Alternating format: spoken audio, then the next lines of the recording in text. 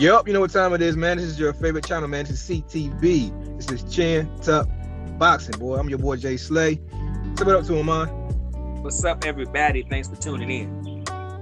Most definitely. If you have not heard, if you late to the show, you haven't seen one of our shows, we call this segment here, this Chin Check, man. This is where we check you guys' chin with boxing news, boxing information, and sometimes we put money in your pocket by giving you the odds of a fight that's coming up.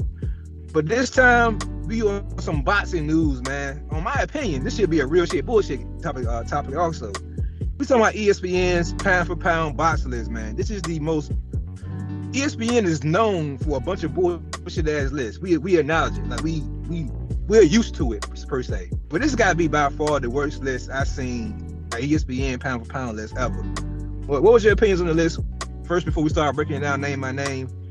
And tell me why this ranks as one of your top worst pound for pound lists ever.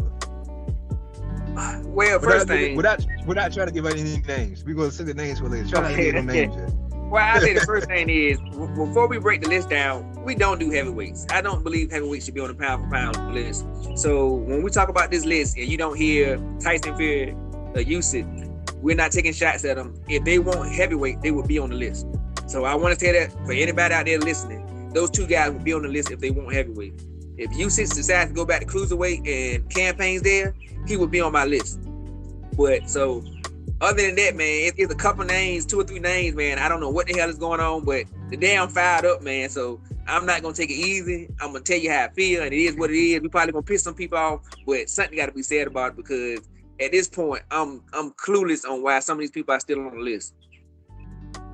Man, I agree with you, man. I think Usyk, this is real quick. I think Usyk probably would be the only person I would, only because he moved up to cruiserweight to become a unified heavyweight champion. But like you say, I wouldn't put him on my list now, but it wouldn't be because he's heavyweight. It's just because I think his people are better than him. I'm gonna be honest. We'll get into that in a minute. All right, man. What was the first name on your list that you absolutely was disgusted that you seen on this list, man? What was the very first name, bro? Well, the easiest one to me is Lomachenko, man. I'm tired of the shit. I don't get it. Why is he still on the list? And they got him at number 7 on the ESPN list. I don't get it. You got all these other fighters like Shakur Stevenson. You got Tank Davis. You got Charlo that's getting ready to try to become undisputed champion. Why the hell is Lomachenko still on the list, man? He lost his last fight. He lost to Salido. He got knocked down by Linares about 3 fights ago. He looked bad against Campbell. He struggled against Campbell, and somehow this guy is still making lists. I understand he has a lot of accomplishments and accolades, and I'm not taking that from him. But when you're talking about the 10 most skilled, best fighters, pound for pound, and if you want to include accolades, he don't make the top 10. Just based off the fact everybody on that pound for pound list, if I'm not mistaken, hasn't taken a loss except for Charlo, and that was controversial. His one loss, and he revenged that loss with a knockout. So everybody else on that list is undefeated. So why is the guy with 2 losses still on the goddamn list? I don't understand it either. That's the first thing that popped off to me was Lomachenko. I understand why. Like I said this before, I think on our Raw show, I think I said it. Pound for pound list has a lot of different meanings for people. So I think Lomachenko falls into that meaning with ESPN as a fan favorite. He's one of their favorite fighters. So they look at pound for pound list as a popularity contest.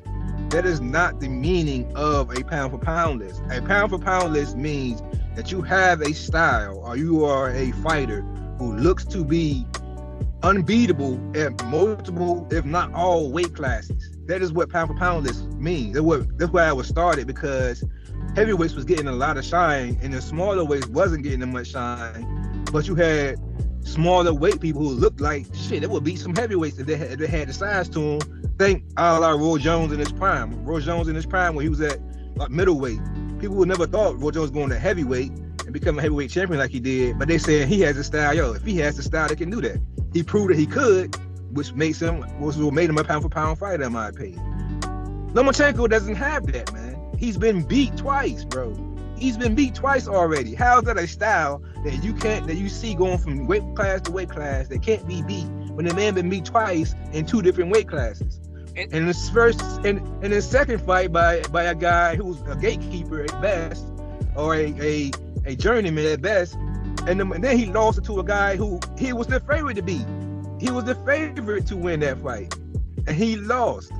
How is he even in anybody's top 15? It's baffling to me, yo. Go ahead real quick. What you about to say? I'm saying you got a guy like Tank Davis, who's been a champion at 126, 130. He's a top player at 135, and he went up to 140 and won a regular championship. What we call striving for greatness, going outside of a comfortable weight class, outside of his weight class, because he's a 130, 135 pound fighter. Went up to 140 and knocked the motherfucker out, and came back down to 135. But you got Lomachenko on the list over Tank Davis. Come, I mean, I don't get it. And I don't even think Lomachenko could beat Tank Davis at this part, and then the same weight division. So to have him over Tank Davis, in my opinion, when I think Tank Davis would knock out Lomachenko, to me is asinine.